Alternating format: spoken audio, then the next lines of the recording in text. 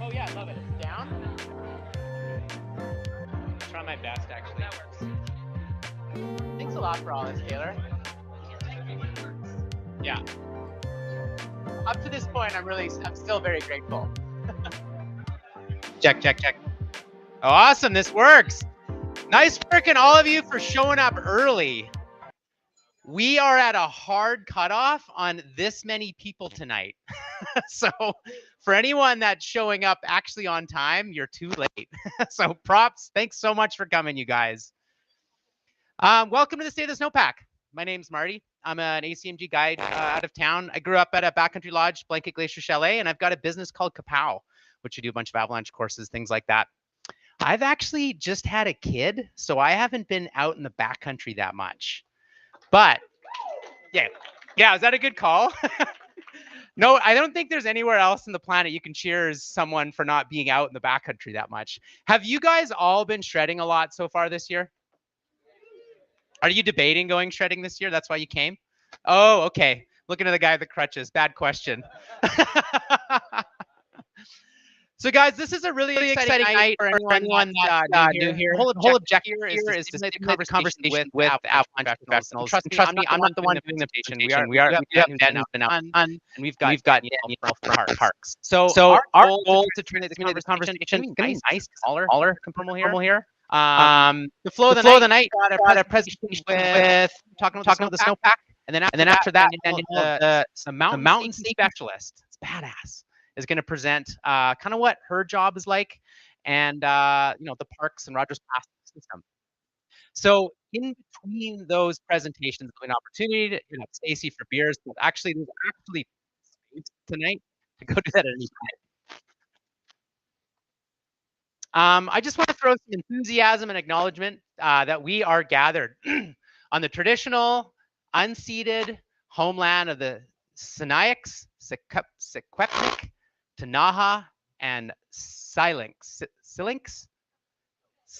Okanagan people. I was practicing before. I'm sorry. I wanted to throw some respect, just to throw some respect to those before us. So guys, this is a special night, and I have to read this out because it's legal. But understand what's happening is there's avalanche professionals kind of explaining and showing the information we've seen out there. So just understand that this is the information that we present our own observations to the best of their ability, our ability. This presentation does not replace actual avalanche training. Sign up for an AST or a CAA course this winter. Hit up CAPOW while you're at it. What you do with this information we present is your responsibility. Use it responsibly. So guys, for those of you who are new with what State of the Snowpack is, it's actually a nonprofit. We're not the ones behind this. We're just a chapter. And I'm gonna call Taylor the chapter president, has been putting together these presentations. So huge props to Taylor for all this work behind the scenes. But like I was saying before, the whole vibe here is these are professionals communicating what we see in the field. Getting feedback? Is that better? Yeah, the whole idea, like avalanche professionals stimulating the conversation that ultimately saves lives in the backcountry. Let's throw some enthusiasm to the sponsors: Helicat Canada, Arc'teryx Polaris, Hub, Klim, and of course Selkirk Tangiers. And yeah, we're obviously supporting this with just being here. It's CAPOW guiding.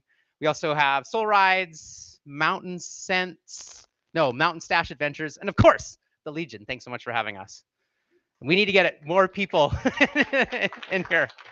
I can't believe we're giving away a snowmobile. So they're raffling off a snowmobile. If you guys are interested in some kind of something like that, go ahead and scan that QR code. We can put it up later as well, but that seems ludicrous that we've got enough sponsors to give off a snowmobile.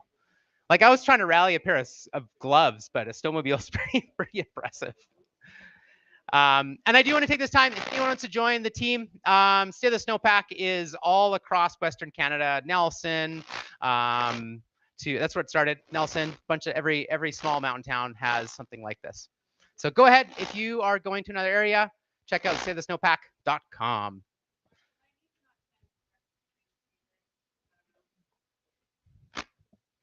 It's just like me farting. It's actually just me farting. Yeah. How's this? Let's try this.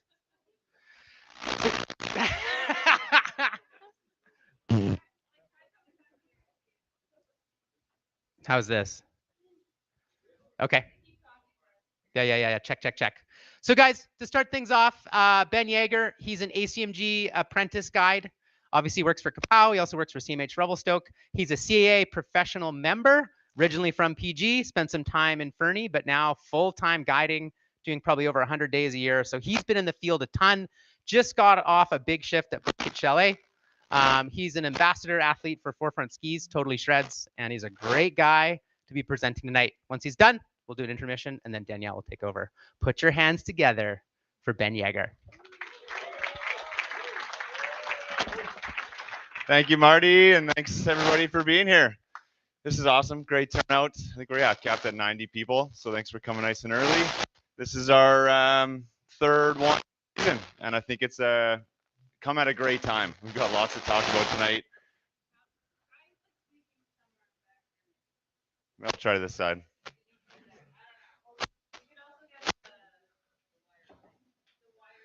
We'll try this for a bit, see how it goes.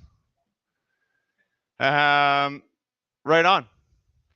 Yeah, third edition, State of the Snowpack this year. Just curious a little bit about who's in the audience tonight. This is their first time coming to a State of the Snowpack event?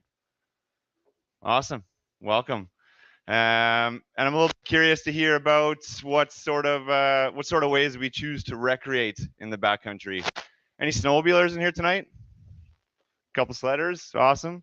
Split boarders, right on. I assume the rest of us are skiers. Any other modes? Any snowshoers? Anything like that? Skate skiing, right on. Cool.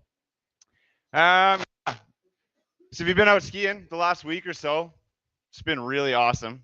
Skiing's been fantastic. We've had quite a dynamic period of weather in the last 2 weeks. We had our big January drought that I'm sure a lot of people are trying to forget. But our weak layers that it has left us with is gonna keep us thinking about that for a while. So a little bit about kind of where I've been skiing and what I've been up to the last couple of weeks. Like Marty said, I came out of the Blanket Glacier Chalet this morning. I was up there for the last 9 days. And for the week prior to that, I was heli skiing with CMH. So we're in the Selkirks, kind of southern side, south of the ski hill, McRae, Coquelux kind of area. And then spending a lot of time Monashees, south of the highway as well as north of the highway. So been quite around the block. 14 of the last 18 days or something I've been on snow. So good chance to see what's going on. My last 9 days at the Blanket, I don't think I made a single bad turn the whole time. Skiing's been really all time. We actually have a group here that can attest to that. We just had an awesome 4 days skiing together. Yeah, what I'm going to do tonight, we'll kind of look at some big picture stuff, where we're at in the season in terms of snowfall compared to years prior. We're also going to talk about kind of each of our individual week layers that we've developed over the last month. There's kind of 3 big players out there that we're going to spend lots of time talking about. And then we'll look at, I've been digging a lot of snow profiles the last week, especially up at the blankets, and keeping an eye on things. So I've got some nice videos and footage and pictures of those. And then we'll look at the Avalanche Canada forecast hazard for the next couple of days, look at some weather and kind of talk about some ways to manage what we've got going on underneath our feet. So yeah, the last little bit, it's been quite a dynamic period like we talked about, and the skiing's been really awesome. We've got all sorts of things going on underneath our feet. We've got surface hoar, we've got sun crust, we've got facets, we've got kind of all the buzzwords going on out there right now, wind slabs, storm slabs happening. And we've got really awesome skiing, like I said. So to start us off, we'll just look kind of big picture and where we're at this year in terms of how much snow is falling out of the sky. Coverage is really good out there. I probably dug 4 or 5 profiles in the last 9 days, and every spot had 3 meters or more of snow, well into tree line. So coverage is awesome. Been skiing on some glaciers in the last 2 weeks. Coverage up there has been really good. Seems like crevasse bridges are well filled in, and we have lots of snow. This is from Mount Revelstoke, so right up behind us here at 1,850 meters.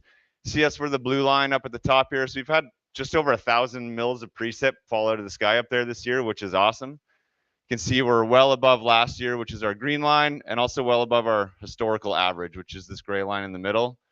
You can also see our big flat line period of 2 weeks there where we had 0 mils of precip fall out of the sky.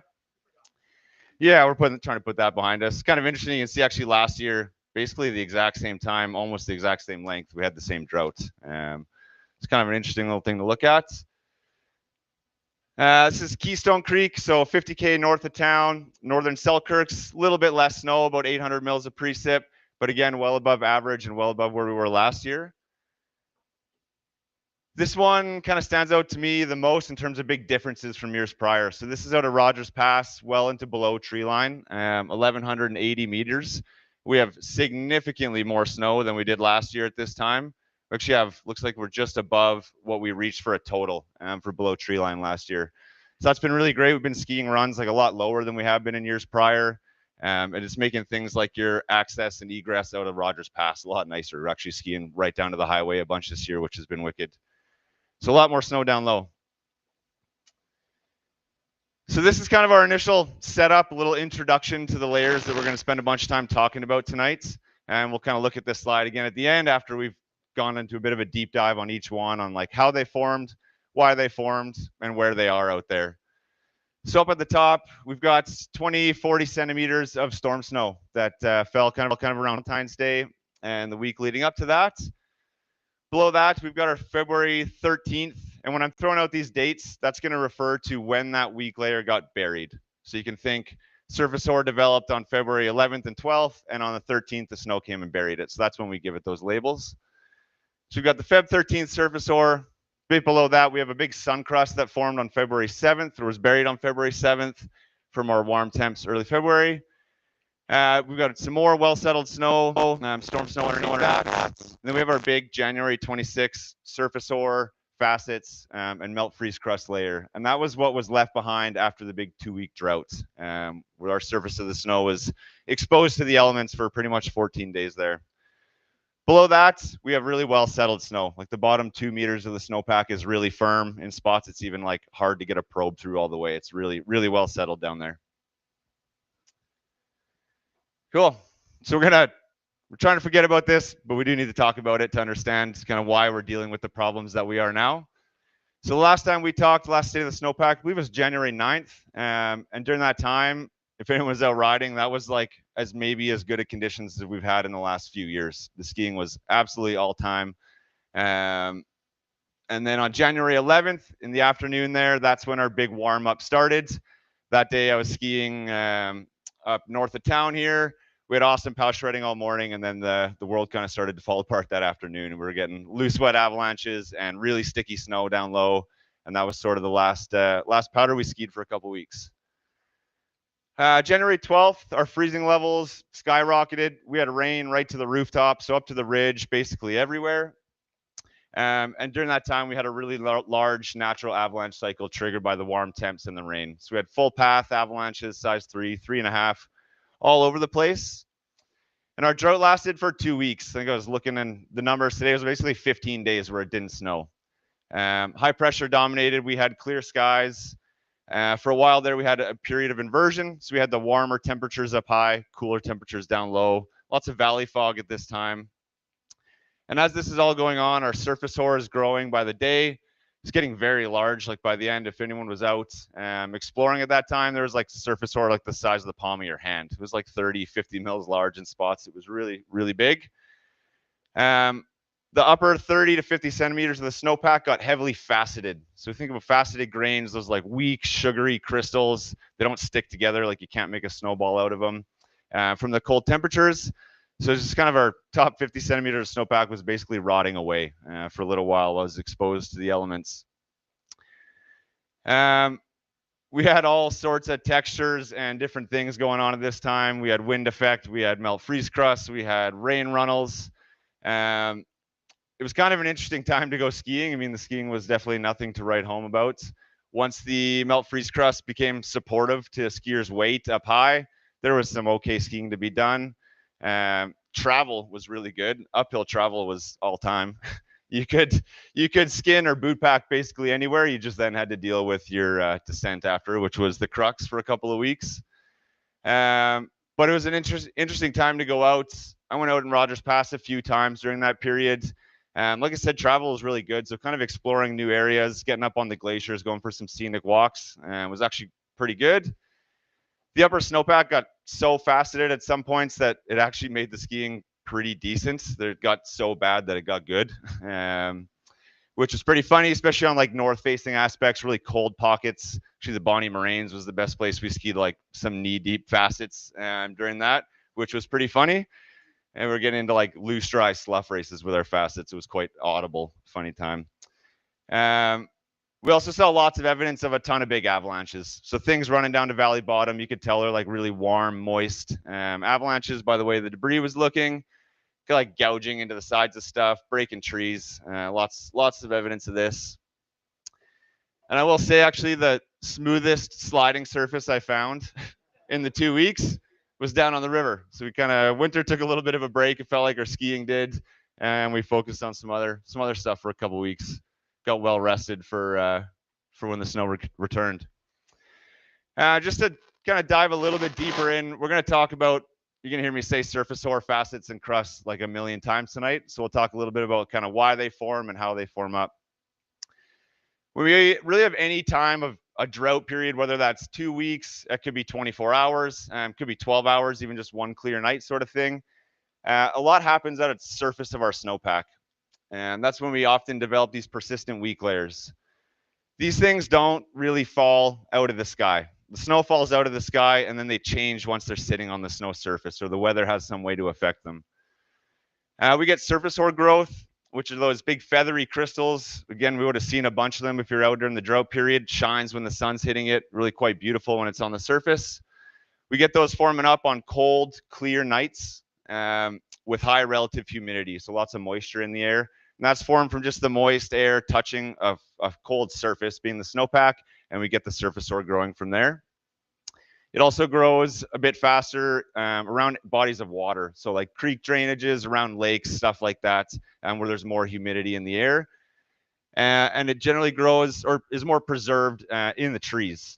Once the surface hoar is on the surface, gets affected by the wind, it can blow it over, the sun can melt it off. So often we're finding it most protected in the tree line area. We get sun crust from the sun popping out. It'll make the surface of the snow moist, and then it freezes up. That one's pretty straightforward. We get left with a crust. And then we also get these faceted snow grains I kind of touched on there. So like I said, you pick them up in your hand and they'll just fall right apart. All this sugary, weak snow.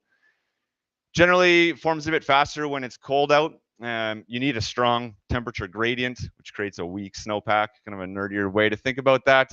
But a big difference in temperature between the snow surface and the air, and you'll get more faceting. And it generally happens much faster in and around big, thick crusts. So we can think about that January 26th crust we got left with was pretty burly. And what that crust is doing is acting as a bit of a vapor barrier moisture that's trying to escape out of the snowpack gets blocked, and right in those few centimeters above and below crust, you can get left with like a pretty wild temperature gradient in a small area. So you can see faceting happen quite quickly around the crust. And if you dig down right now, you'll find that right on top and below of all of our crust in the snowpack, we're finding some faceted snow crystals.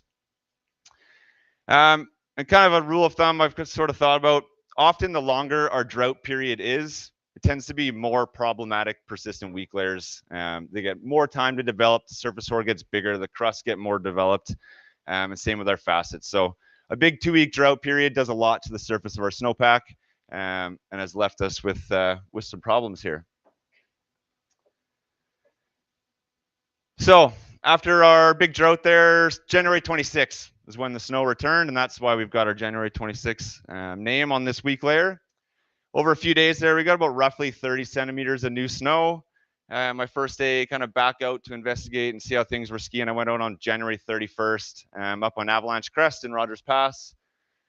We found, 30 centimeters of new snow, and now it's burying a whole bunch of variety of weak surfaces. Surface ore, 10 to 30 millimeters in size, heavily faceted upper snowpack. We got a melt freeze crust basically to ridge top everywhere. And the storm snow was pretty immediately reactive for us on that day. This video from Avalanche Crest, this is right at the creek as you're kind of climbing out into the open for those familiar, stomping around on some pillows, and we're getting lots of cracking, getting these little pillows to pop off, and then seeing like quite impressive propagation out of the cracks. Some of them were shooting over a couple 100 feet, and we were like remoting pillows everywhere. Like right in the creek, it was like electric. It was going off, whoops all over the place. It was like a flat, well-protected, non-avalanche terrain. We're getting a lot of feedback from the snowpack there.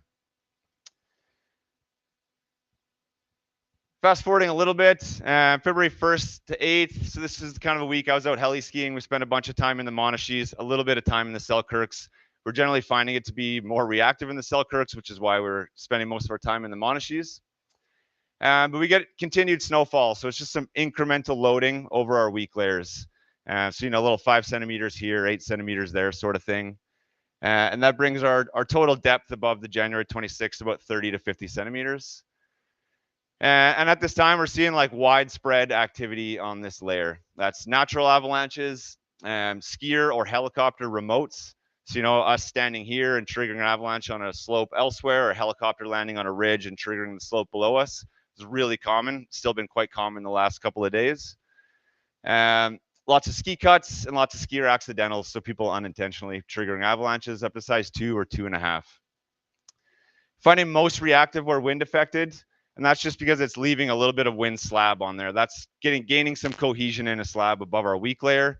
In all the other spots, we're finding the snow to be quite unconsolidated with pretty little slab property. So anywhere we're finding more slabby, stiff snow, we're seeing more reactivity and more propagation.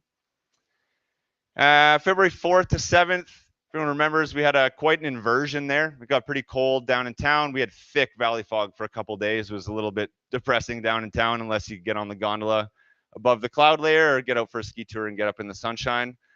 But for a period of about 3 days, we saw alpine temperatures get up to about 7 degrees. And there was actually like a 2-day period there where it was above freezing in the alpine. So it didn't go below 0 at night and was up to 7 degrees for a few days. Thick valley fog was a challenge for us trying to fly helicopters that week. And in those warm temperatures, we saw more reactivity on the January 26th. And we also saw a pretty significant natural loose wet avalanche cycle. So those big kind of glooper avalanches up to size 3.5, kind of running from ridgetop right down to valley bottom. We saw that all over the place. After the warm temps, that left us with moist snow right up to the ridgetop on solar aspects, so southeast and west. And on our north aspects, the snow seemed to stay dry above 1,800 to 2,000 meters, kind of depending on where you were. And also on like really low angle solar aspects up in the alpine, the snow stayed dry enough to provide some really fun skiing. It's kind of nice that the low angle skiing was the best skiing because it was also the safest skiing for us at this time.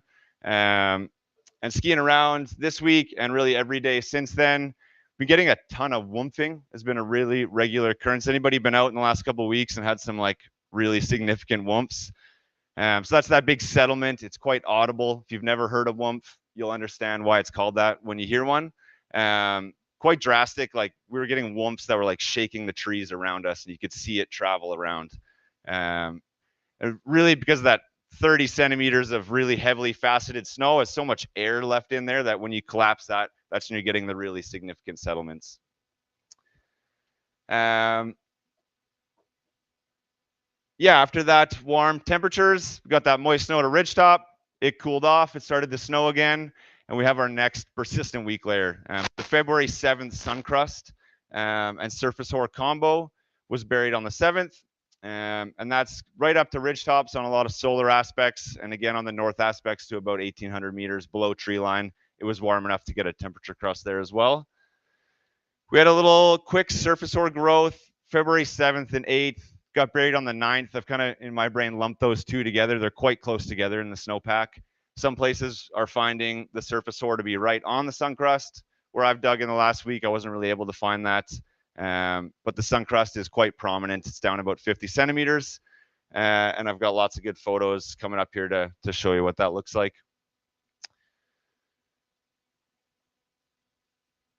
Here's some evidence of that natural loose wet cycle. And this is up in the Monashees. You can just see lots of big avalanches running down to valley bottom, pulling some little thin slabs with them along the way. And then after that gets buried, so I went up into the blankets, started up there on February 9th, and then skied the last 9 days up until yesterday. So we have steady flurries. Another, again, 5 centimeters here, there, 8 centimeters there, nothing too significant. But that keeps piling up on top of that sun crust, as well as our January 26th. That's kind of, at this point, our two main layers of concern. We get a couple clear nights here where we get more surface hoar development. This has been a bit of a theme the last little while. It grows to about 5 to 10 millimeters, and it's most prominent at tree line elevations. It was a bit windy up high those days, so it kind of got affected in the alpine. We didn't see it as much. Tree line and below, kind of in all of our classic surface hoar farm areas, again, near creeks and lakes and things like that, we're seeing it grow quite quickly. Right on Valentine's Day, we got our most significant snowfall of the last couple of weeks. Up at the blanket, we had 25 centimeters of new snow in 24 hours there, which made the skiing awesome. It was really fantastic. Couple of clear days, we were able to ski some nice low angle stuff up high. With that January 26th surface hoar, at this point, that's kind of the main thing on our mind. It's now getting down to like 80 centimeters deep, which is becoming quite problematic. It's getting a little bit too deep for us to feel good about going in and trying to ski cut stuff and control stuff. Getting into that depth, you're starting to wrestle with a bigger dragon if you are to actually trigger it. 80 centimeters deep, it's more of a problem. So we're skiing really low angle terrain, and when that surface hoar, the January 26th thing was forming up, it was really windy and warm, and generally in the alpine there was less surface hoar, so we're feeling a little bit more comfortable skiing at higher elevations, where we're able to ski a little bit more connected terrain. Again, it was really quite fortunate for us. I felt like as a guide that the skiing was good everywhere, and I wasn't getting forced into steeper, more aggressive terrain to find good skiing. And I was having a lot of like easy win kind of days where you could go set up low angle terrain and not be putting yourself in a position to make all these hard decisions and work through tricky pieces of terrain. So that was a real nice thing for a few days when we had some good visibility. Like I said, skiing lower angle terrain, so like generally like 30 degrees or less, maybe 35 degrees in spots. But anything more than that, we're looking at really closely and thinking pretty hard about what we were doing.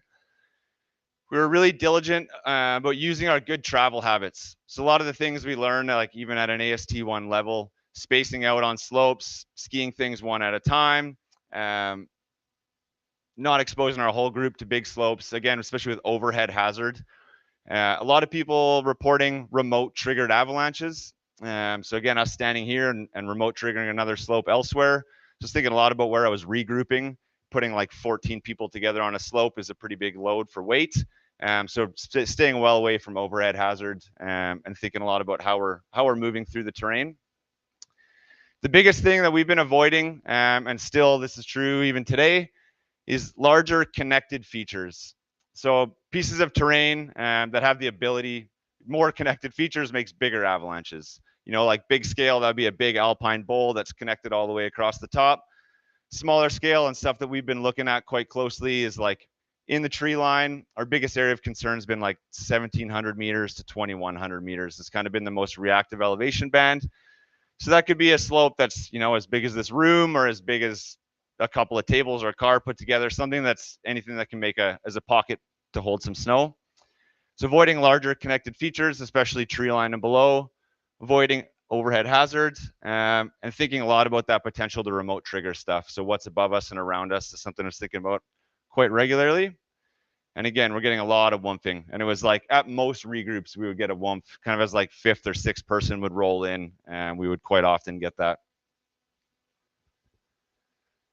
And just some examples, kind of what we were skiing. Like just because we had tricky avalanche hazard does not mean we're not having awesome times. That's just good, clean fun. Skiing low angle terrain, looking at this broken terrain. It's not connected, big planar slopes, and the skiing was all time.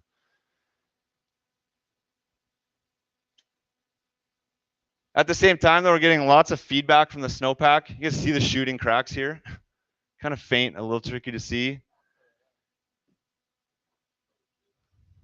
See if I can play that again. So this was right after that Valentine's Day surface ore, Feb 14th, got buried. Oh yeah. That's the nerd in me being like, oh yeah, we're getting some good cracking here. So that was our Feb 14th or 13th surface ore that got buried by that Valentine's Day storm, and that was the next day out skiing, and a little bit more wind affected, kind of right at the top of our tree line ridge area there. So we're getting lots of feedback from our snowpack, lots of those red flags that we learned about again at the AST1 level, the whoops and the shooting cracks, and we're seeing lots of those. And kind of in the wider world, grabbed some photos from some coworkers at CMH. And some other people that have been out and about lately. It's been a lot of skier triggered avalanches in the last, basically since that snow started again on January 26th. But especially in the last week, now that we have these 3 different week layers really that we're dealing with in the upper meter of the snowpack. This was a size 2 ski cut avalanche, and this is in the North Monashees. That's Frisbee Ridge right there. So kind of up in that neck of the woods. This one failed on the Feb 9th surface ore, so again right above that sun crust, down about 50 centimeters. This one, size 1.5. This is a helicopter remote. This is up in the blanket area. CMH helicopter landed here and then triggered the slope, maybe 150 meters away from the landing, sort of thing. That's been quite common the last couple days or last couple weeks. This is on the January 26th surface ore, and it was about 80 centimeters deep, this crown. And this was probably a week ago. This is another helicopter remote, again from CMH. This is down in the Selkirks, or sorry, actually this is in the Gold Range, so kind of like close to Odin and Thor and that stuff down there. And this is like another good example, good connected terrain at the top here. And I find like when we have these surface ore problems, it's not always the most obvious avalanche terrain where we're finding these things. It's, of course, it's going to be in the big slide paths that we see in Rogers Pass. But again, it's in these pockets in the trees that are just big enough to be a problem for us. And maybe places where with other problems, the storm slab or a wind slab, you might be able to go hide from it. And we're seeing it in all that connected terrain. And this is the debris pile from that same avalanche there. So running well deep into the trees, and size 2.5, pretty healthy avalanche there.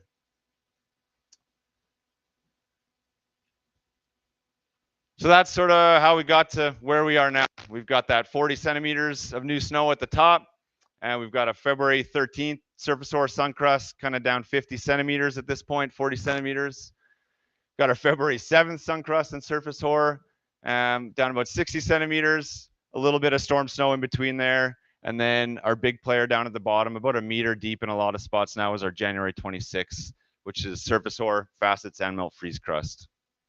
And then again, below that, quite well settled snow down to the ground.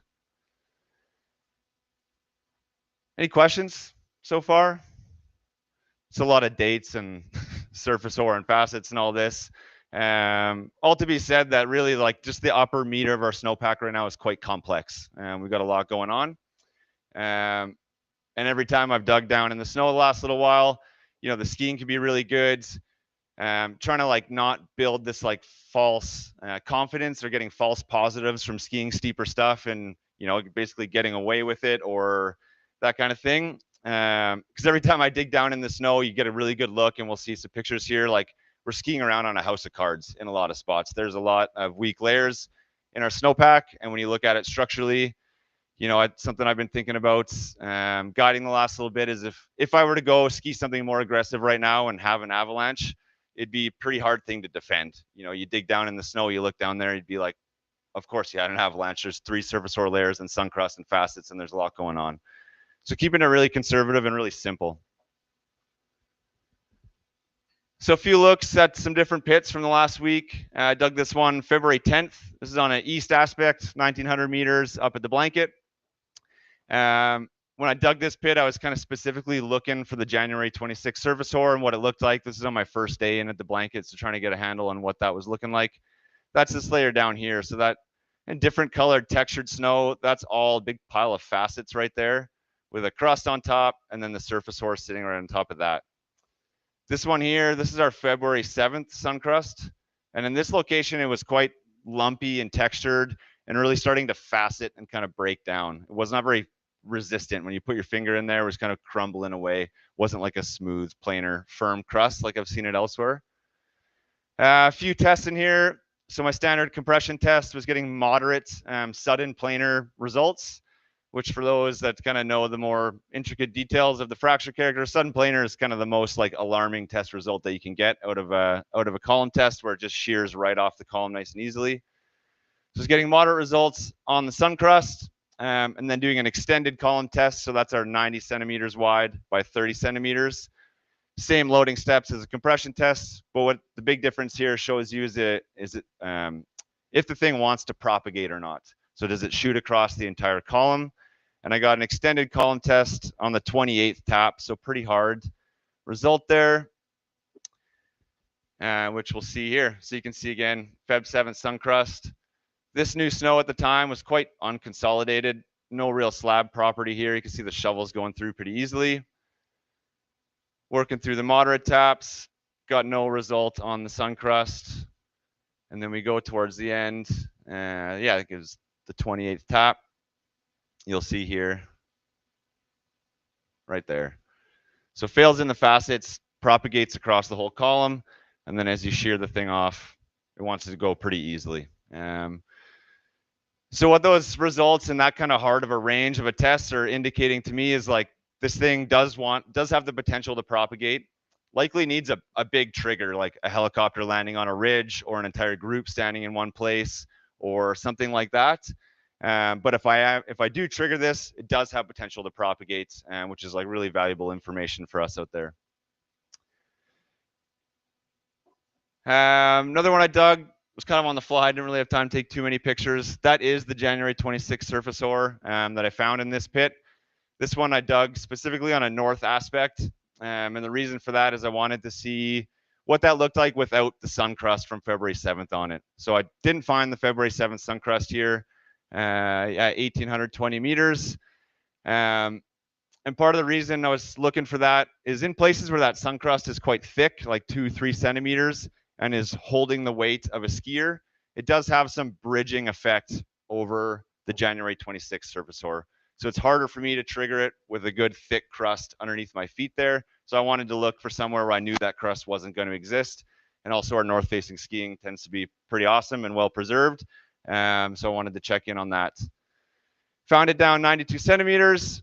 And then above that, this 30 centimeters on the surface, quite low density. And then it just kind of progressively got denser and denser until it hit the surface ore there. Compression test results in the hard range, sudden collapse, so similar to the sudden planar, but more just a big collapse than a planar shear. And that was in the facets below our January 26 crust. And I got an extended column test result on the 24th tap, same full propagation as we saw in that last video. And then one more that I dug on a west aspect. The layers really jumped out on this one, and this is the one where I saw actually the most reactivity and the most test results. As you can see down at the bottom, that's our January 26 interface. Up here, I've got our February 7th sun crust.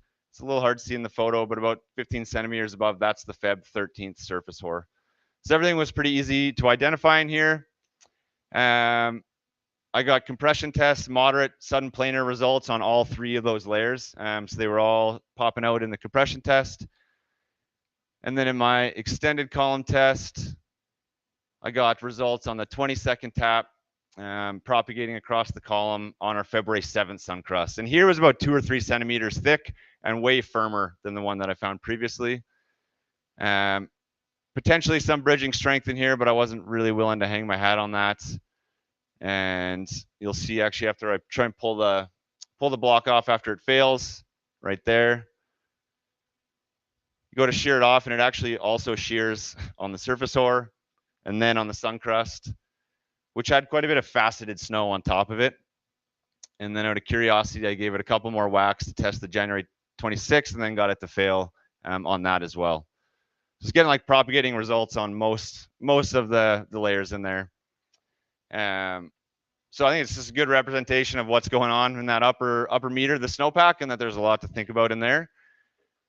And it's quite dynamic underneath our feet. Any questions so far?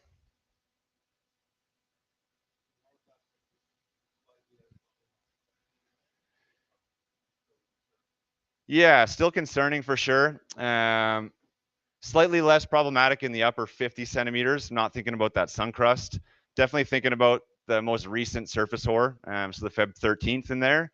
And then actually like quite concerned about triggering the January 26th in there because there's no crust interfaces above that. It's the deepest layer of all three, and it's going to be able to produce the biggest avalanche just based on its depth alone. And that's kind of one we've been seeing a lot of propagating, a lot of remote triggers, that kind of stuff. So the north, I know I have like no bridging strength for sure. That I can kind of hang my hat on rather than guessing if a sun crust is thick enough or not on the other aspects.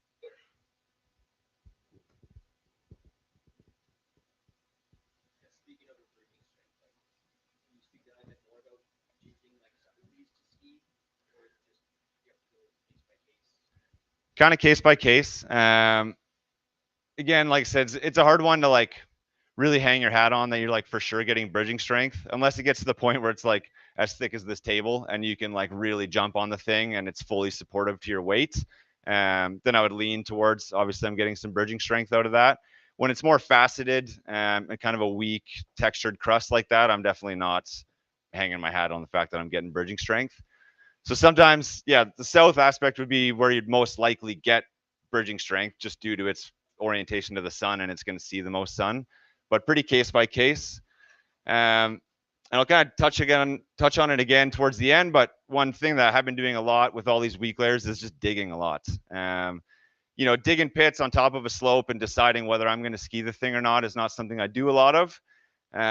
But with these layers, because they're so easily identifiable and very testable right now, that has been something I have been doing is, you know, you roll into a big, large opening in the trees, get the shovel in the snow, and I might not use the test result as much as just identifying that it's there and that it exists, or like, yeah, I've got a thick sun crust here, or no, I have no sun crust here. So it's quite easy to get a shovel in there and just look at it. You don't necessarily need to be a big snow scientist guy for those layers to pop out on a wall at you right now. So I've been getting my shovel in the snow like quite a bit more than I normally do. Anything else?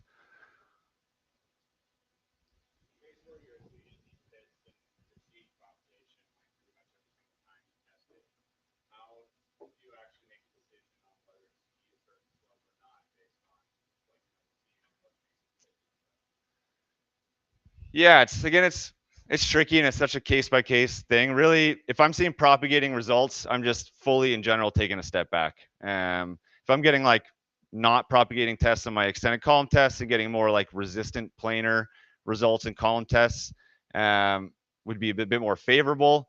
Still, maybe in those times, there's still results of resistant planar or like an extended column test that goes halfway across the block instead of all the way across. Really just for us, we're kind of watching trends right now. Like, is this improving? Is it getting worse?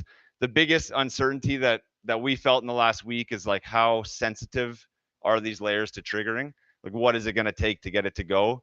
So kind of looking at, you know, where it falls in the moderate to hard range in terms of, okay, am I going to trigger this as a single skier, or is it going to take the whole group, or that kind of thing? But really in general, anytime I'm getting propagating results, that's like it's a big step back for me.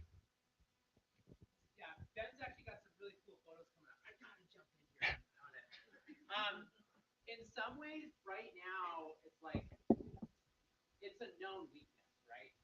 So we're not as guides going out and digging a pit to decide to ski a slope. Like maybe on this side of the ridge, it's like, oh, we get this result. Let's dig on this side. Oh, we get a better result. Let's ski the rest of the terrain over here. It's basically like it's known that the weakness is widespread. So a lot of what the conversations we're having in guides meetings is more about the terrain that we're in, right? Because that's the constant. The snowpack is going to be, we know it's really touchy. So a lot of times what we're doing is like, okay, let's go and see this feature. If we feel good about things, we can see this one in particular feature, but we're not ever outsmarting something where it's like, oh, maybe the slide path is slid already, and we can expose ourselves to this big terrain. Because it's just like, it's just a known weakness. You know? Yeah. And I think what's going to be really cool to show next, like some examples of recent avalanches, because it's basically just like, we've kind of hit the max of the type of terrain that we can put our Yeah. Right on. So now we'll kind of transition. We've looked at how we got to where we are, and now we'll look at what avalanche problems we have exactly on the forecast and what forecasters are saying, terrain and travel advice. And then we'll kind of wrap up with a few sort of takeaways and things that I'll be thinking about moving forward. So this is all fresh out of Avalanche Canada's bulletin that they put out today at 4 o'clock. Starting with our forecaster message. Something I pay a lot of attention to when I look at the public bulletins. This is like the forecaster's chance just to tell you something, opposed to, you know, fill out some pre-selected boxes and check the boxes. Large avalanches continue to fail on various weak layers in the snowpack.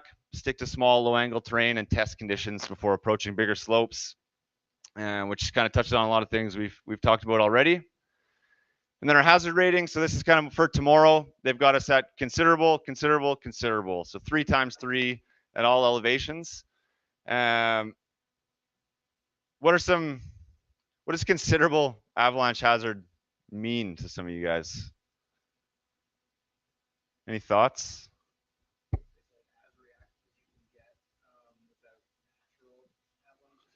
It's a good way to think about it. It's just saying like about as reactive as you can get without naturals going on. Let's say like, yeah, you're definitely starting to get some naturals, but maybe not like a full widespread massive cycle sort of thing. Anyone else? Totally.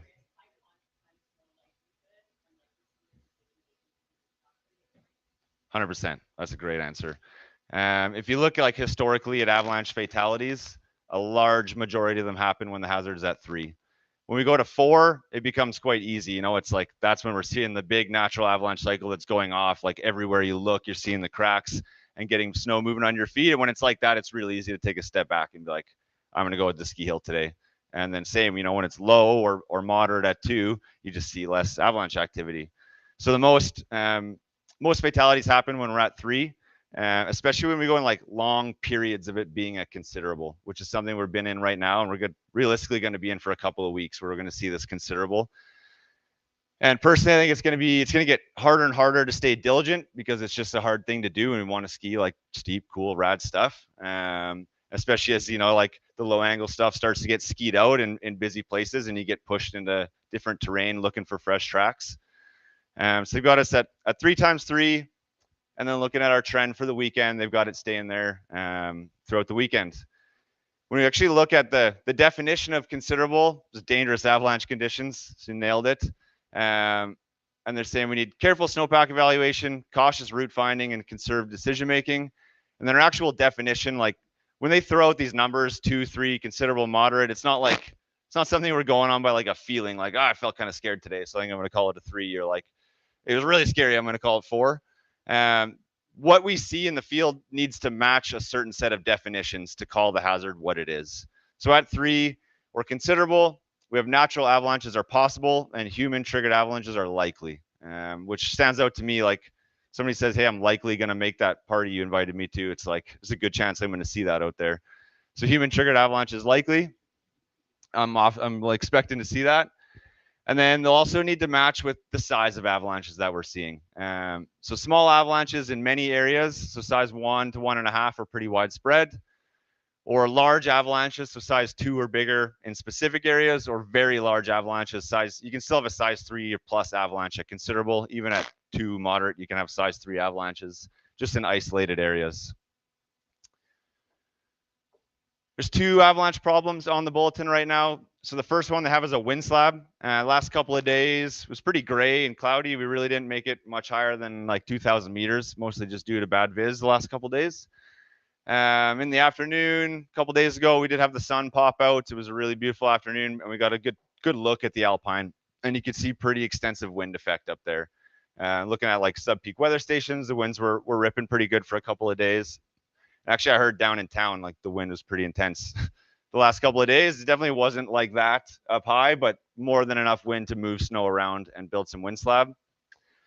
So they've got it in alpine and tree line elevations on all aspects, just due to some variable wind. We had our standard southwest wind kind of switch southeast and even swing out of the north a little bit the last couple of days. They got the chance at likely and up to size 2. So recent snow combined with variable winds have created wind slabs in open areas at upper elevations, and these wind slabs could step down to our deeper layers. So if I were to trigger a size 1.5 wind slab right now, once I get that moving, like that's quite a bit of mass in snow moving down the slope, and we could step down and then trigger those deeper layers with that and create even bigger avalanches. And then the other one is persistent slab. Put a little persistent slabs on there. They're kind of encompassing all 3 of those weak layers in one avalanche problem right now, just to keep things a little bit simpler. So all aspects, all elevations, chances at possible to likely. Also heard that phrase I like to use right now. It's like with our deeper layers, it's a bit of a low probability but high consequence situation right now. Our upper surface hoar layers a little bit more reactive and more sensitive because we're just closer to it. But with our deeper layers, that low probability, high consequence, so possible to likely. They've got it up to size 3, 3.5, so quite large avalanches. Those are full path avalanches if you're getting into the size 3 territory. And just like we talked about, the 3 problematic layers, surface hoar facets and or melt freeze crust, exist in that upper 1.5 meters of the snowpack. People continue to trigger large avalanches on these, on all aspects, and again, primarily, they're saying 1,600 to 2,200 meters, but that low tree line, high tree line elevation band is like where I've been really extra diligent in the area I've been most concerned about the last week. Their terrain and travel advice. So use conservative route selection, choose simple low angle terrain with no overhead hazard. So no big giant slopes above me or even like medium slopes right now. Again, with remote triggering, think about walking underneath something and triggering that slope above you. Remote triggering is a concern, just like we just talked about. The surface hoar distribution is quite highly variable, so I'm trying to avoid generalizations. If you're like really getting into the nitty gritty right now, it's like, okay, the surface hoar maybe got wind affected up high, maybe the sun cooked it on a few solar aspects. Some places you're going to find it, some you aren't. When you start to play that game, you're like walking a pretty fine line of being right or wrong. Where things change quite quickly. So I'm approaching a lot of areas right now, like basically guilty until proven innocent. I'm assuming it's there until I can dig down in there and have a look and really see for myself if it is or it isn't and what it looks like. And being especially cautious as I approach into wind affected terrain. So if I start to feel the snow stiffen up under my feet, I'm sure we've all skied grabby wind slab before and kind of know what that feels like. If that's something I'm starting to feel, extra cautious because now I just have a thicker, denser slab formed up above my weak layers. So more potential for propagation and a bit more destructive potential. Like Marty said, like when avalanches are our problems, terrain is our solution. It's the one thing that we get 100% control of. Basically, the only thing we get control of in the backcountry is what terrain we choose to put ourselves in. So if that right now is the matter of like pulling out a inclinometer on your phone and measuring slope angle just to like be really sure, like now is kind of a time to be going to that extra step of diligence. Because the difference between 32 and 36 degrees when you're getting pow in the face and shredding in the trees, it changes quite quickly, and it's hard to catch that when you're frothing. Yeah, avalanche snowpack summary, like we talked about, and we'll look at some pictures here. Lots of small avalanches, size 1 to 2. Storm slab, persistent slab in the last couple of days, many of them triggered by humans and a lot of those remote triggers. Happening on all aspects and elevations, including relatively low angle slopes below tree line. Remains likely for people to continue to trigger similar avalanches on various weak layers described in our snowpack summary. And then we've got a few photos. I just took these right off of the MIN reports. from the last couple of days. So February 15th, this is a size 2 skier triggered avalanche, kind of just north of Revelstoke, walking up the ridge, and they're able to remote this size 2 down 40 centimeters. So that has me thinking that's our February 13th surface hoar layer that lines up with that depth. And it ran for 400 meters well through the trees. This one triggered yesterday. This is from CMH Revelstoke out in the Selkirks there. It's actually like just kind of one drainage south of McRae is where this one happened. And the big thing that stands out to us on this one, like it's really quite low angle terrain. I'm quite familiar with this landing. We ski this quite a bit. It's like maybe 30 degrees at the top and then benches out towards 20 degrees.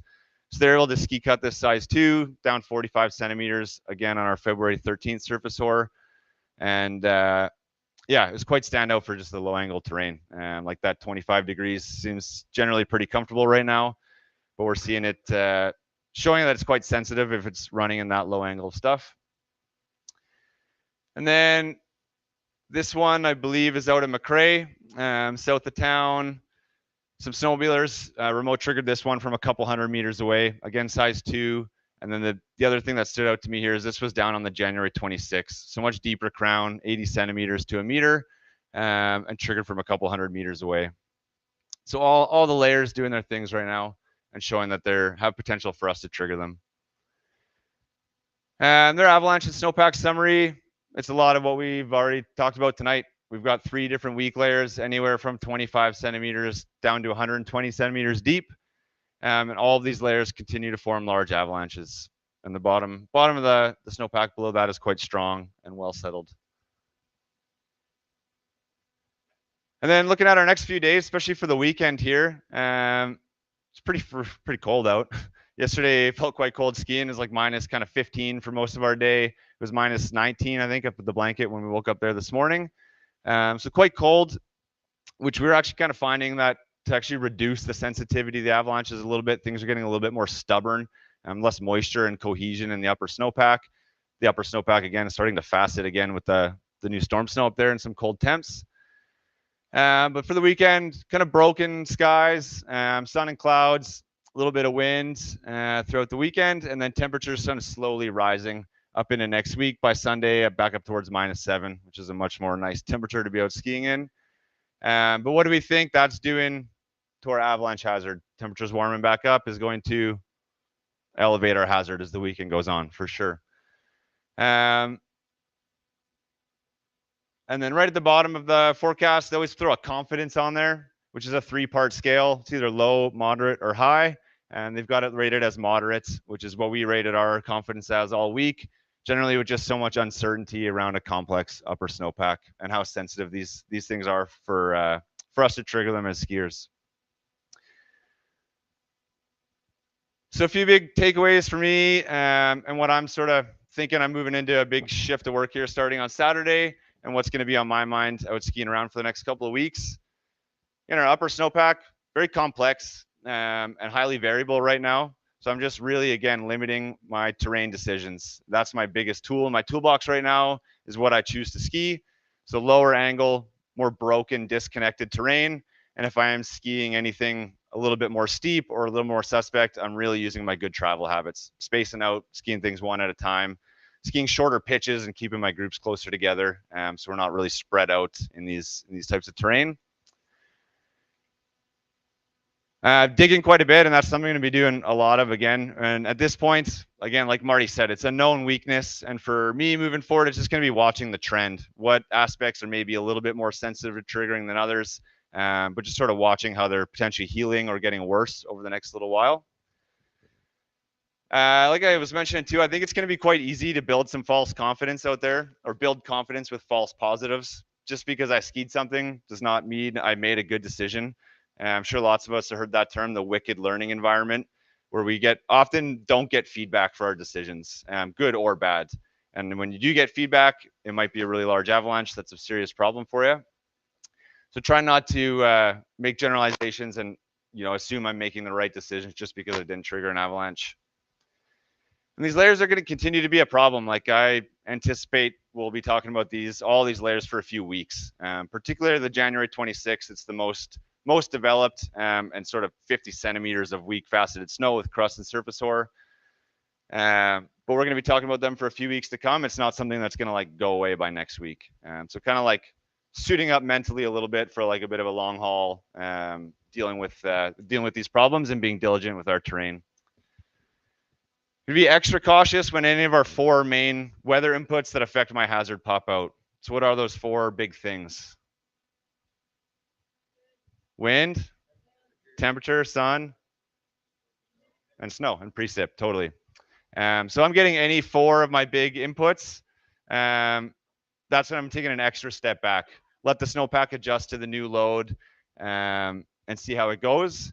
The biggest one right now, like everyone's been out and the sun's popped out the last little while, it's like packing way more of a punch than it does in January and December. Kind of past that mid-February mark, it's getting much higher in the sky, staying out later in the day. And like our first day skiing with this group at the blanket, it was sunny and it got super hot, super fast. So the sun ramping up in intensity, and that's one of like the biggest factors that's going to change things the quickest, which is hard because in our brain it gets sunny and we want to go out and go skiing in the nice, beautiful weather. That's going to really change things really fast underneath my feet. So anytime any of the big 4 inputs are coming in, just going to be taking that extra step back. Any questions? Anyone else have any other ideas?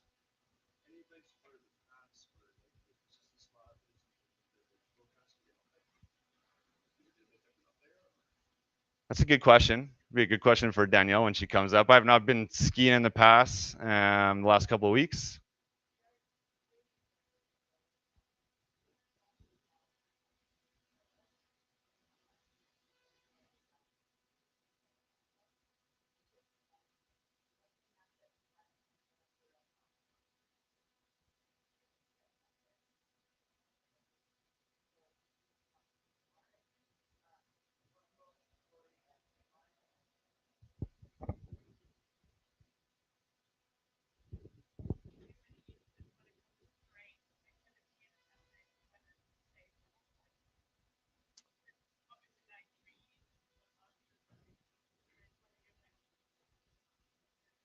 Totally. Yeah. So again, like it's kind of the big buzzword we've been using the last little while in our meetings is that connected terrain. So areas where you have, large deposits of snow, like hanging snow fields, essentially. Whether that's like a 20 by 20 meter opening in the trees that's above 35 degrees. One thing to like kind of hone your eye in on avalanche terrain. One of the biggest, most important factors of that is the steepness of the slope. So if it's something you're like not super well dialed in on, just like looking at a slope and guessing how steep it is, something I do a lot of is like pull the phone out. If you have an iPhone, your level app, the inclinometer, like guess what the slope, how steep you think it is, pull out the inclinometer and see how close you were. Sometimes you're right on the money. Sometimes it's way steeper than you thought or not as steep as you thought. And that's just a way to help gauge the steepness. And often our big connected terrain looks like really awesome skiing. Yeah, does that help? Yeah, awesome.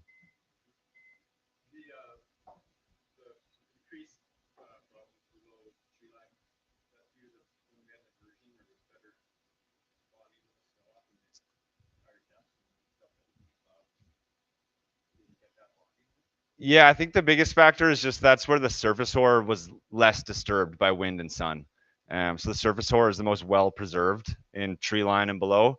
Like up in the Alpine for that 2-week drought, it got pretty warm. It was windy. It was all the things that surface hoar gets affected by, which is probably why, like Danyelle's saying as well, we were feeling a similar thing at the blanket, that a little bit more comfortable in the Alpine with the weak layers under our feet, particularly because the surface hoar got banged up when the drought was happening. Yeah. When you're thinking about connected terrain, I know you might think that a treed area or a heavily treed area was unconnectable terrain, but a lot of what we've been seeing here is avalanches triggered in pretty well treed terrain. Totally. So, like, what other features of what you're looking to ski would signal to you that like that terrain is connected, that terrain is not connected? Trees is an obvious one, but maybe not a good one right now. Changes of pitch or like What are you looking for? Yeah, changes of pitch. So like any big convexities, which is our kind of our classic trigger point for avalanches, any big rolls in the slope, areas of tension. So if I'm looking in the other perspective of like what can I ski or things I'm more open to skiing is the opposite. So supported terrain, like a concave shape where that's getting support from the bottom up. Something I'm like seeking supported terrain right now. And then yeah, the slow pitch is a really big one. Like anything over 35 degrees right now, and like really thinking pretty hard about what I'm doing, especially at tree line.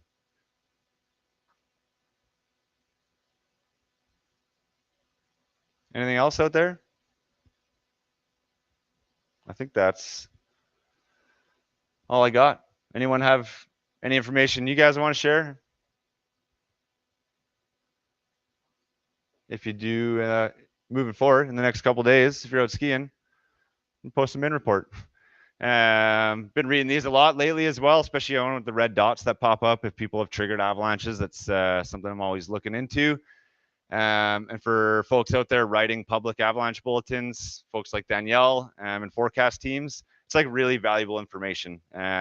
Even if you're not feeling like I'm an avalanche wizard or anything, if you see an avalanche, you can just take a picture of it, say like, hey, this was on that run in the pass, and the forecasters are going to know like exactly what elevation that was, what aspect it is, and what those features are like. So really helpful information for forecasters, but also for us as skiers out there. I think that's all I got.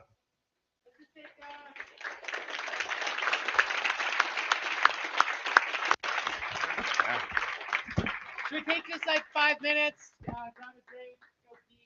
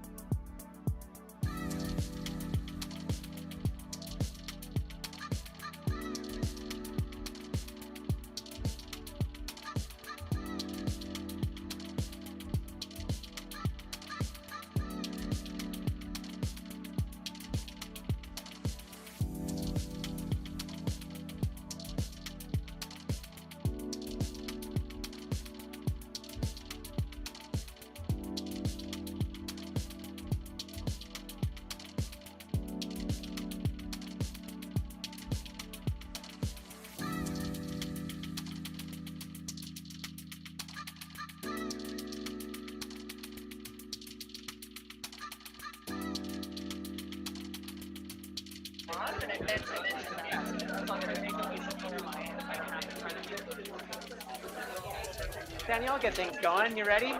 Sweet.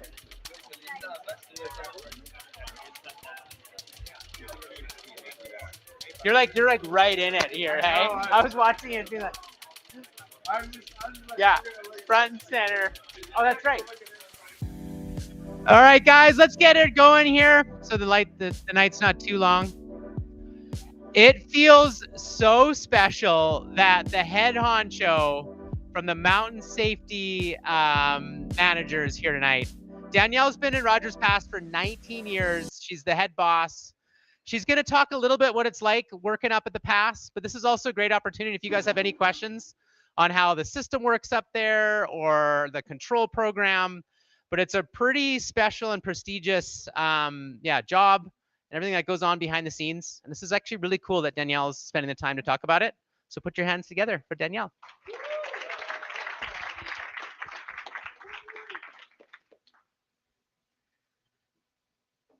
All right, hi, I'm Danyelle. I'm the mountain safety manager up in Mount Revelstoke and Glacier. And like Marty said, I've been up there for 19 years. Basically, that means I run the avalanche control program as well as the search and rescue program in Mount Revelstoke and Glacier National Park. How many of you have skied up in Rogers Pass? You can't, sorry, I'll go closer. It was better over there. I think I just need to be closer to the mic. Yeah, so most of you skied at Rogers Pass. I'm not going to preach to you about the winter permit system. I'm hoping most of you are familiar. If you're not, do the quiz. What I'm hoping to do today is help you understand our program, help you understand the work we do, and help you understand the system and why it's in place a little bit better by doing that. If you have questions, any point, just like raise your hand, shout it out. I'm kind of here. That's the point, is to answer your questions and help you understand. So ultimately, our program goals are to obviously control the avalanche risk for the transportation corridor through Mount Revelstoke or through Glacier and Mount Revelstoke, but most of the problem is through Rogers Pass. Provide staff safety, so all the workers working on the highway as well as our staff working in the backcountry. Provide public education. We write the public avalanche bulletins, help people make smart decisions, help you recreate safely. We do all the rescues up there when people have accidents. We had a rescue up there today. And then as we're managing the risks to the highway, we're also trying to reduce the impacts of all those road closures to the economy. Transportation corridor, we link the entire country, and in Canada, we have one real highway. So pretty much the whole economy is funneling through Rogers Pass. Why do we have an avalanche problem? And it's a combination of terrain, climate, and exposure. Some of this is pretty basic. The same reasons you guys go ski up in Rogers Pass and snowboard up there is a lot of the reasons we have a problem. So terrain, we're in the Columbias, got these really steep V-shaped valleys, really long runs. So this is just east of Rogers Pass. You can see all the snow sheds through there, Mount McDonald on the left. So yeah, steep mountains, multiple overlapping start zones. You can see this is just a shooting gallery through there. Without the snow sheds, this section of road would not be open. And then we've got 135 paths over 43 kilometers stretch of road. So a lot of avalanche paths. Combine that with the climate, we get a lot of snow, on average 140 days a year, and roughly 14 meters of snowfall annually. It did sound better? Okay. You guys weren't lying.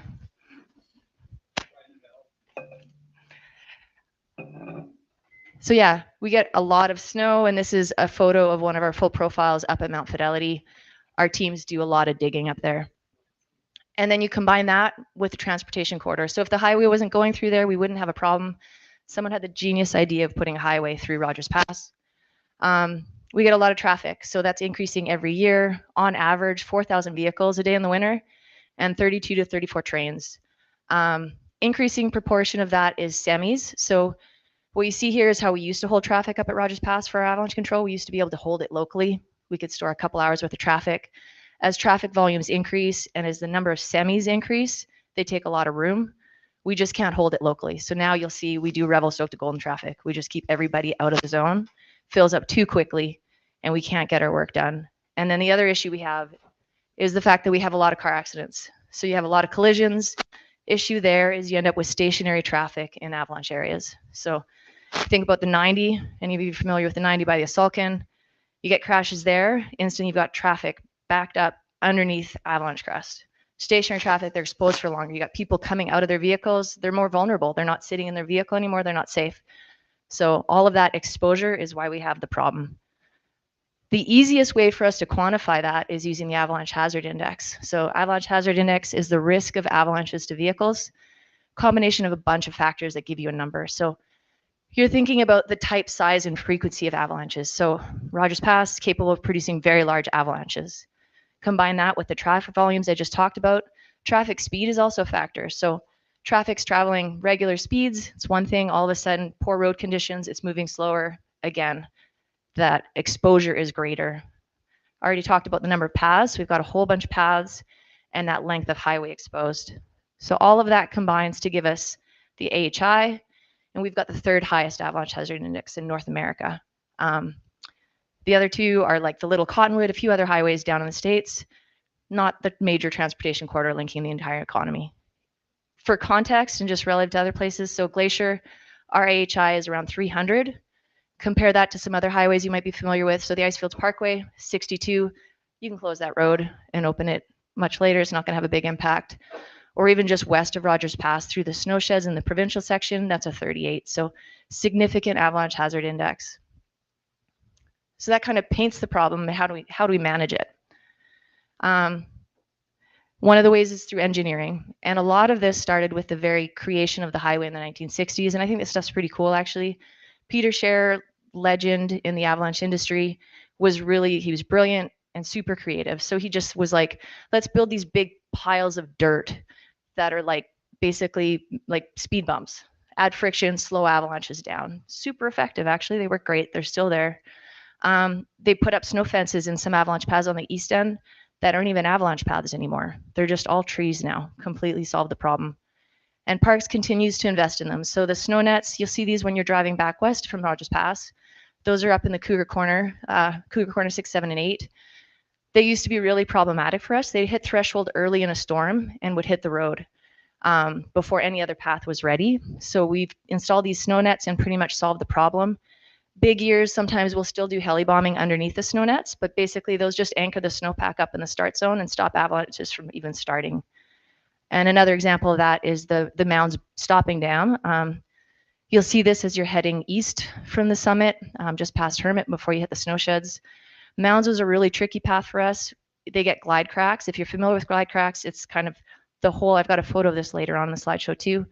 The whole snowpack starts creeping and it'll just fail catastrophically. They're really hard to forecast. They'll happen unpredictably. You can't tell when it's going to happen, and they don't respond to explosives. So the photo I've got later is us trying to heli bomb it.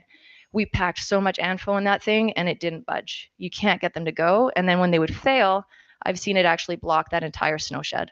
So the whole thing would go and block the whole road. Now we've got this stopping dam. It's engineered to hold a 1 in 30 year avalanche. So it's been quite effective. We still fire artillery up there. Fast moving dry snow avalanches will come blasting over top of it, but it's stopped. It's solved that glide problem for us. So engineering, obviously a good solution, also really, really expensive. So then the other tool I've already talked a little bit about is managing exposure, just trying to keep traffic moving, trying to stop it from being exposed for too long. Obviously, we can close the road, but that's got a huge economic impact. So the current estimate is a 1 hour closure impacts the movement of over $4 million worth of goods on the road alone. It's closer to $7 million an hour if you combine road and rail. So huge impacts for those road closures. So not a card you want to use too often. And then we do avalanche forecasting. So this is a compilation graph. This is actually taken from the period leading up to December 18th. I was supposed to be here speaking that night. This captures why I wasn't here. So if you look at these lines that are going up, that's the snow that was coming in. We got over 110 millimeters in just over 24 hours. And then inversely, these are wind spikes. So you look at these for long enough, you pick out patterns, you know when the cycle is about to happen. So this is all of our different weather stations. We've got 8 remote weather stations, our 2 manual weather plots. So looking at all those weather parameters that Ben was talking about to feed into our decision making. And we've got some really rough guidelines. Quite often we're looking for roughly 60 mils over 72 hours of snow, you're going to get a cycle. If we get closer to 30 mils in 24, again, you're going to get a cycle. So we're looking for these rough numbers and basing our decision on that. Oh, there's this weird glitch. And then avalanche forecasting, we're doing, continually doing snowpack tests. We've got field teams out there getting snowpack info. Sorry, these are kind of glitchy, but so digging, getting our test results, and feeding that information. So we've got the weather coming in. We know we've got the snowpack characteristics. We're gonna also look for avalanche activity. So obviously, avalanches happening are the biggest indication that you're gonna have more avalanches. We're continually out driving the highway. We're doing avalanche patrols. The other tool that we have, I think we started installing these around 2019, is we've got this avalanche detection network. It's the largest installation of its kind in the world. And it's a whole series of infrasonic detection arrays and long-range radars. So they actually are telling me when an avalanche is happening. So they detect them. You can see on the map, and I think this is also leading up to the 18th, but the red is artillery triggered avalanches. The blue ones are like, you can kind of see these wedges that are coming out. You can use them to triangulate. And then the radars tell me more directly where the avalanche flows. When they pick up an avalanche, I get a text notification. So this has been really key for us to getting some sleep. Leading up to storms and before avalanche control, you'd be out there driving all night, waiting for things to start happening. Now I can get some rest and my cell phone will start going off. Pisses my husband off, but it's been a really helpful tool for us. It also helps us confirm our results. So when we're doing avalanche control, we're often out there in the middle of the night. You can't see what's happening. So I can actually use this to confirm my results and decide if I need to do more control or if I'm done. So I'll fire a path. If I don't get a detection, I might fire a couple more rounds up there, or I get a good detection out of it. I feel like I've mitigated the problem and I can move on. So the Avalanche Detection Network is an awesome addition to our program. And then when we need to, we go out and do avalanche control. So over 95% of the work we do is using the 105 millimeter howitzer. Howitzer is extremely effective. It's really efficient and it's really reliable. We do this through our partnership with the Department of National Defense, and this has been in existence since the very beginning of the highway program. Beauty of the howitzer is so if you've been to the pass, there's a few places you can park where you can see our gun rings. So NRC is an example of that. At any of those positions, if you look around, you're going to see a set of crosshairs somewhere close by. That's our gun aiming point. As long as we can see that from the howitzer, we can fire blind. So we can be out there in the middle of the night, literally it's snowing 6 centimeters an hour, it's blowing, you can't see anything. If I can see that, I can fire any of my 270 predetermined targets. So obviously relying on a helicopter would result in extended road closures. World War II weapon, super simple. It's super reliable. Remote avalanche control systems, which we also have, are great. They rely on self-service. They rely on satellite. All sorts of failures can happen. They're great, but they have their limitations. A howitzer is wicked. And then we supplement that with heli control. This is the glide crack I was talking about. You can see all that buckling, this whole snowpack buckling in there. So we supplement that with some helicopter control, and we also have the Wiesen Towers on the east end of the park. Basically, magazine up on the top of the mountain. You've got your little tablet on the side of the highway. You punch in your codes, push the big red button, drops an explosive out, and triggers an avalanche. So that's how we do our avalanche control. Our overarching goals are to ensure highway safety and to do that as efficiently as possible. So trying to really minimize those closure times and impacts to the economy. This is really similar to the graph that Ben showed. This is from Mount Fidelity, and this is where his were snow pillow. This is our measured snow up at Mount Fidelity. So this summarizes a lot of kind of what he was describing through this season of progression of the snowpack. You can see we got off to a pretty slow start, made a little comeback through November, or the start of October, November, had another little drought, and then December, it really turned on and we got really busy, and then it's kind of stalled out for us again. You know, this period here, you notice Ben was just talking about recent persistent weak layers. There's not a lot that formed early in the year because it just kept snowing. And those layers typically form when you have a dry spell. That's when we get those weak layers forming. And this is how it's shaped up for avalanche control. The red lines are when we closed the road, the green lines are when we opened it. Overall, through the whole season this year, we've gotten, this is actually from a week ago, so 905 centimeters, a little bit more total snowfall. We actually had the second snowiest December on record, second to 1979. If you converted that to mils of water, we didn't set any records, but it was really low density, beautiful snow through December, and it just stacked up to a lot. And it kept us quite busy through that period. In total, we've done 6 control missions. We fired 436 rounds. That's not including our racks, that's just artillery. It's been a total of 49 hours of road closure. And then we visually confirmed, so this is not the avalanche detection network. These are actually avalanches we are able to see quite often after these storms. A lot of the time the evidence is blown out, but over 220 artillery controlled avalanches, 119 of those were size 3 to 3.5. So big avalanches, and that's significant, and combined with the fact that none of those were on the highway. So it's significant in that our timing was good. You don't want to do avalanche control too much. If we're out there doing this all the time, we're triggering little dinky size 2s and they're barely moving any snow, we're wasting taxpayers' dollars. We want to do this so we're effectively triggering avalanches without overdoing it, and ideally they're not hitting the road because that takes a long time to clean up. That said, I've been warning my boss, when it starts snowing again, that's probably going to happen. So we've got these really tricky snowpack. In addition to that, our paths are pretty full. There's a lot of snow. Those mounds are full. My snow sheds are full. We're probably going to end up with deposits on the road when we get going again, which could be next week. So I've talked a lot about our program.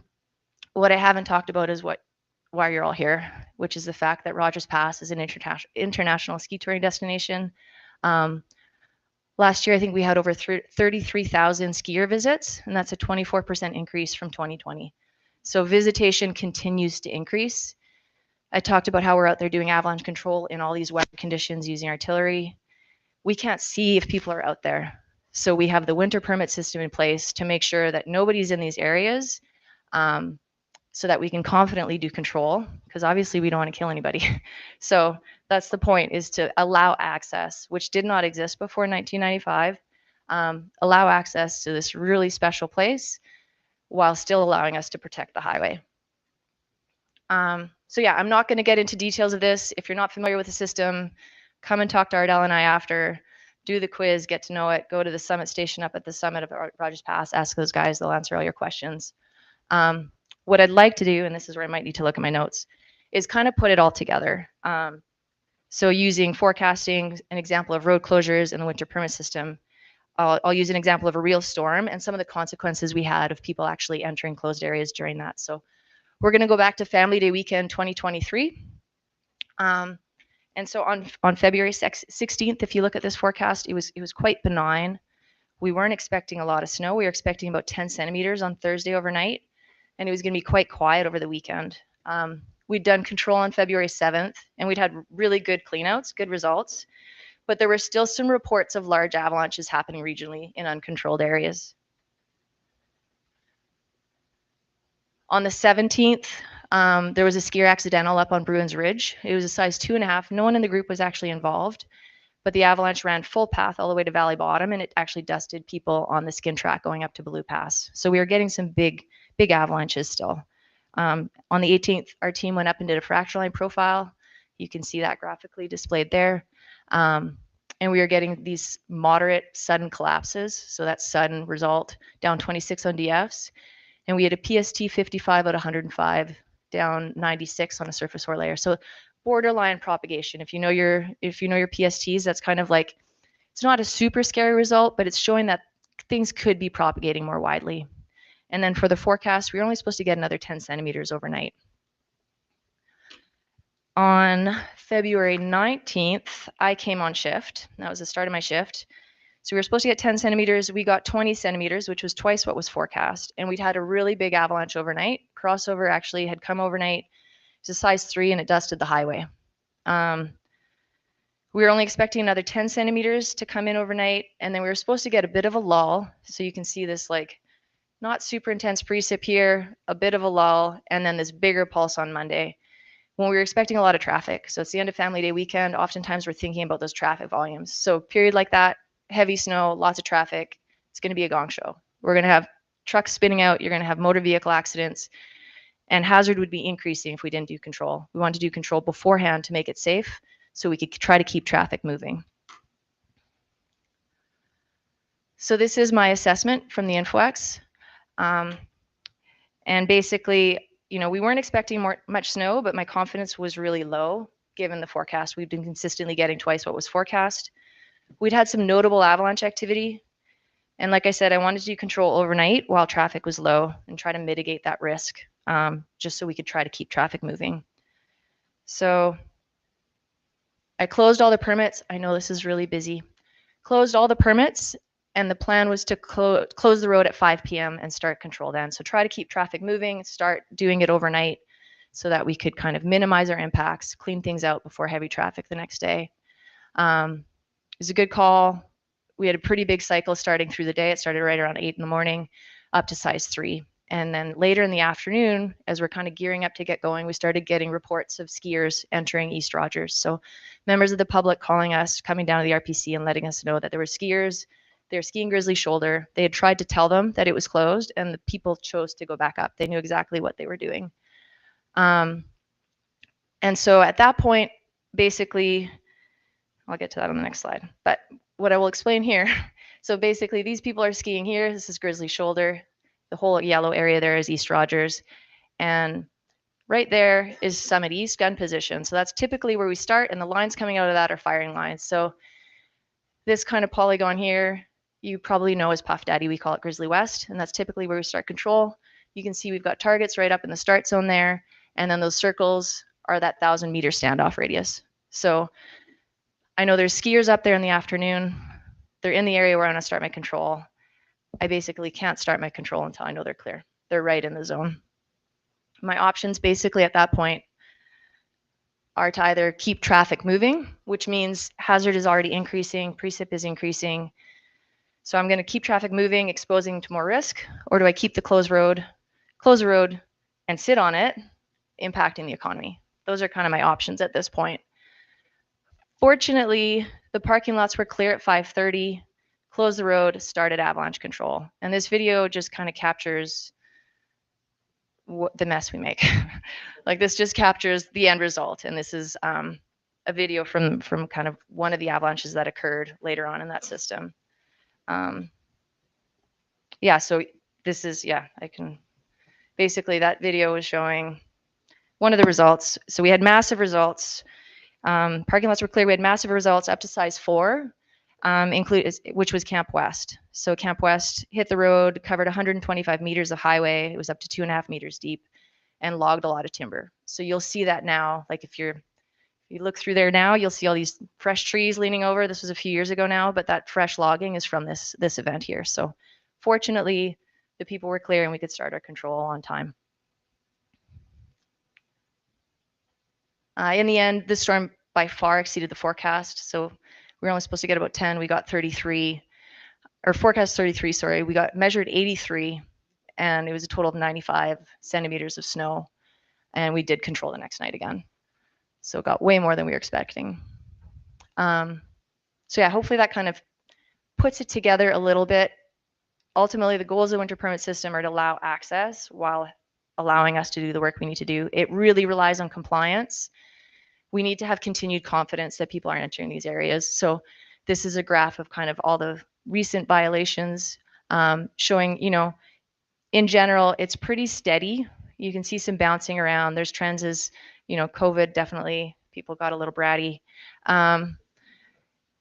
But as visitation increases, in general, that compliance is pretty steady, which is good for us. It means, you know, intentionally, most people are trying to follow the rules. Most people don't, you know, they understand the system, but we're trying to keep it that way, because if there is a loss of confidence, ultimately what will end up happening is a loss of access, which is the last thing any of us want.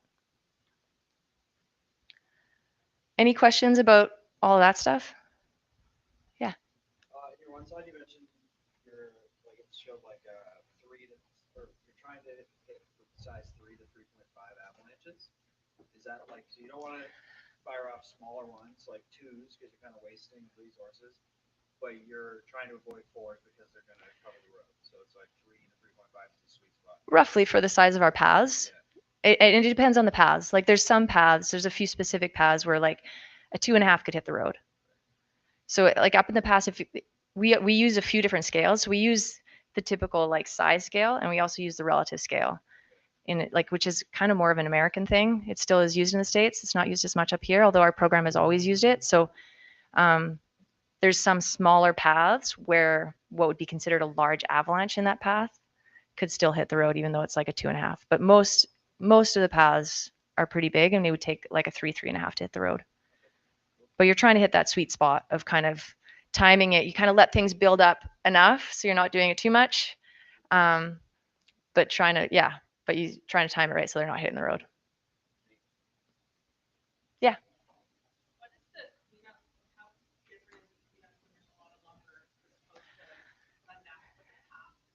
It takes a lot more time. Big loaders, many of them. Yeah. Sometimes chainsaws are involved with some parts, but really like a cleanup like that, I think that deposit I showed took like 6 to 8 hours.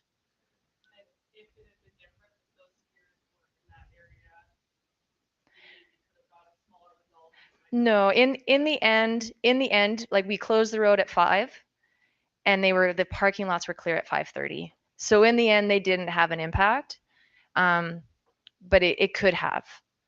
And that's where you would, like, as I was deliberating this is going on, I'm just like, okay, what am I going to do here? Like, the activity's happening. I was going to I just closed the road. And then in the end, we could start on time. But it's a hard decision to make. And all of a sudden it rattles your confidence. You're starting to just second guess, because the last thing I want to do is fire artillery up there. It's a weapon of war. You know, like, it's not designed for triggering avalanches. Works really well, but like, that's not the reason for it. So yeah, we don't want to take any chances.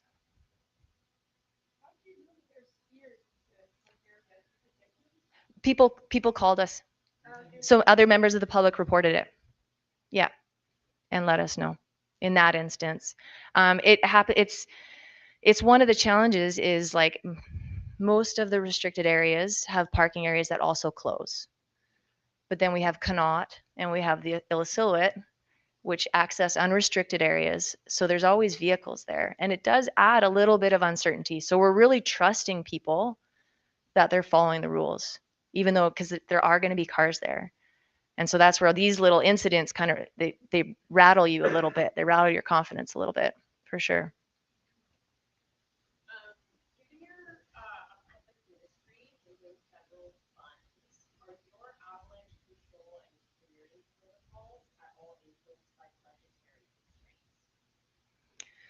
We get what we need.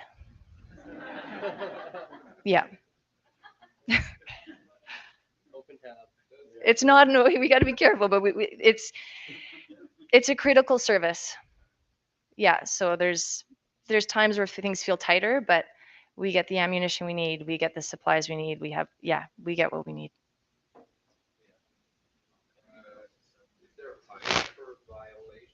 There are fines for violations, yeah.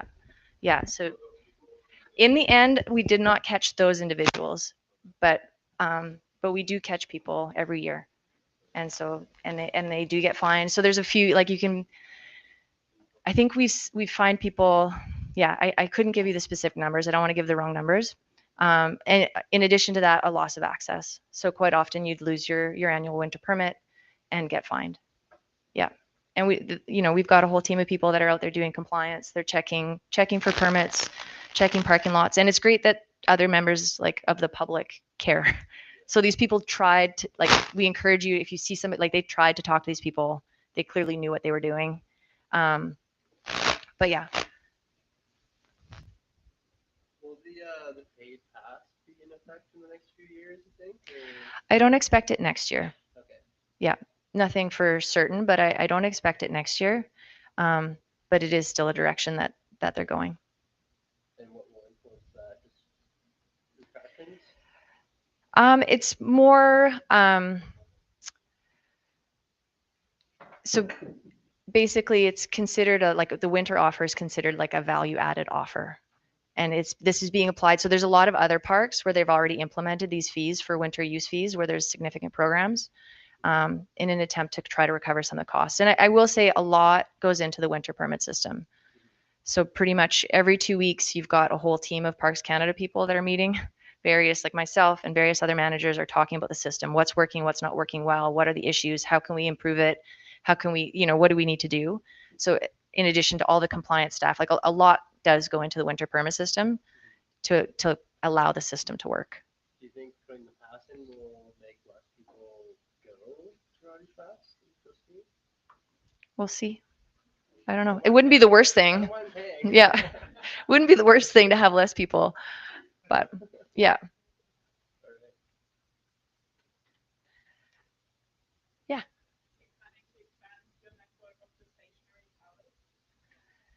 Of like remote avalanche control system towers? Potentially. We're constantly revisiting the system and how we do avalanche control and looking for efficiencies.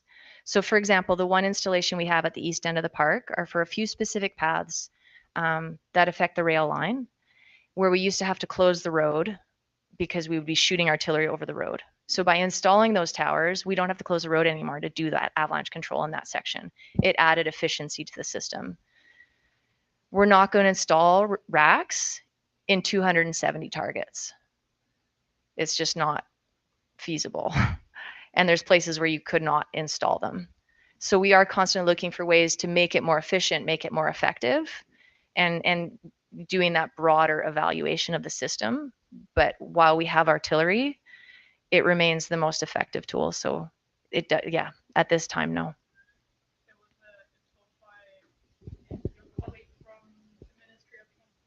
Mm-hmm. He is adding, yeah.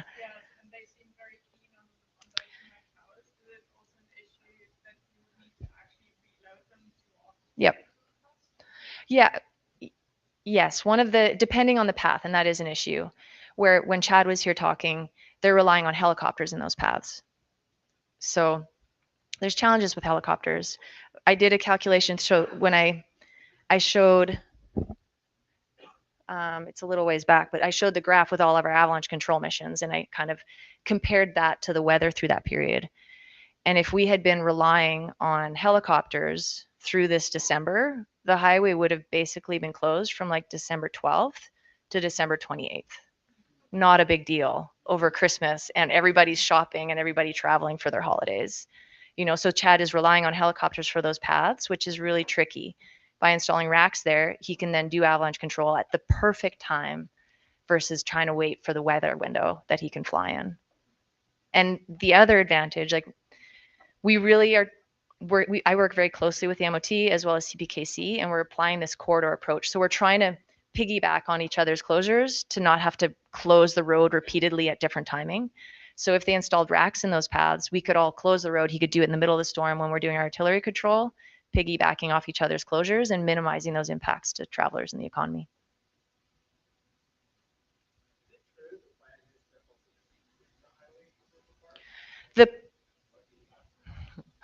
The plan is to twin the highway through the whole country. So at some point it's going to happen. I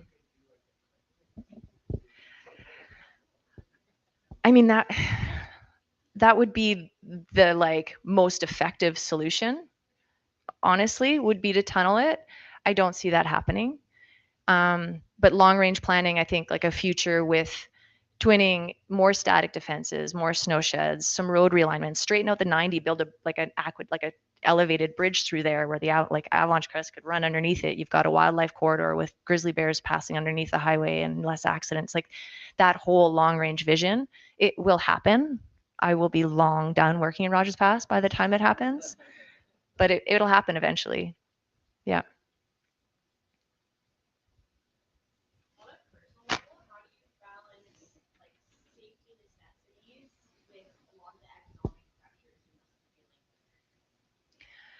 You really try to tune out the economics and not like, and I'm not going to say there's no pressure.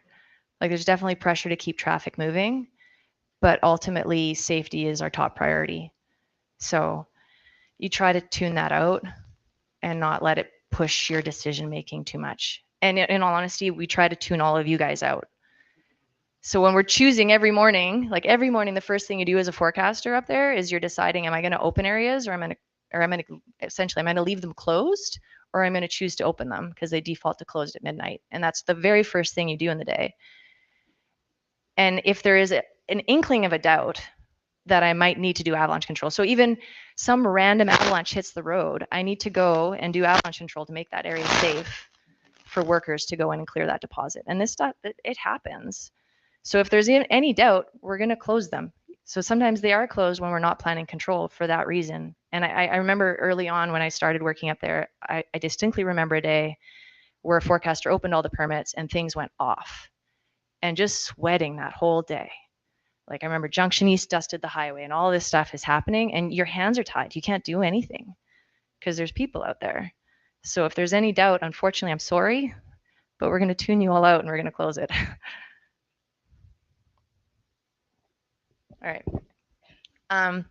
One thing that was suggested to me was just to talk a little bit about the team and what it takes to work with us up there. So we've got a few different types of positions. We have our visitor safety specialists, and these are the people that are leading the rescues. We're all rescue team members, but these are our rescue leaders. So they're ACMG mountain guides. They have their 80-hour wilderness first aid, CAA level 2. I need a bunch of SAR experience, and obviously they're guides. They got a lot of backcountry travel experience. Those of us that are forecasters, we're CA level 3. We're professional members, we're blasters, obviously, but it takes extensive artillery experience. So we don't hire externally. You work your way through the ranks because it's the only place you can get this experience. And so the way you do that is you start as an avalanche technician. That's a CA level 1. And you need to have 3 years of avalanche control experience. So 3 out of the last 5 years having worked with some sort of program, as well as your wilderness first aid. And then you can move up to your senior avalanche technician where you got your level 2, as well as at a minimum practitioner, ultimately becoming a professional, and your blasters artillery experience and your 80-hour wilderness first aid. So those are the positions we have and the kind of certification path to get there. And that's all I've got.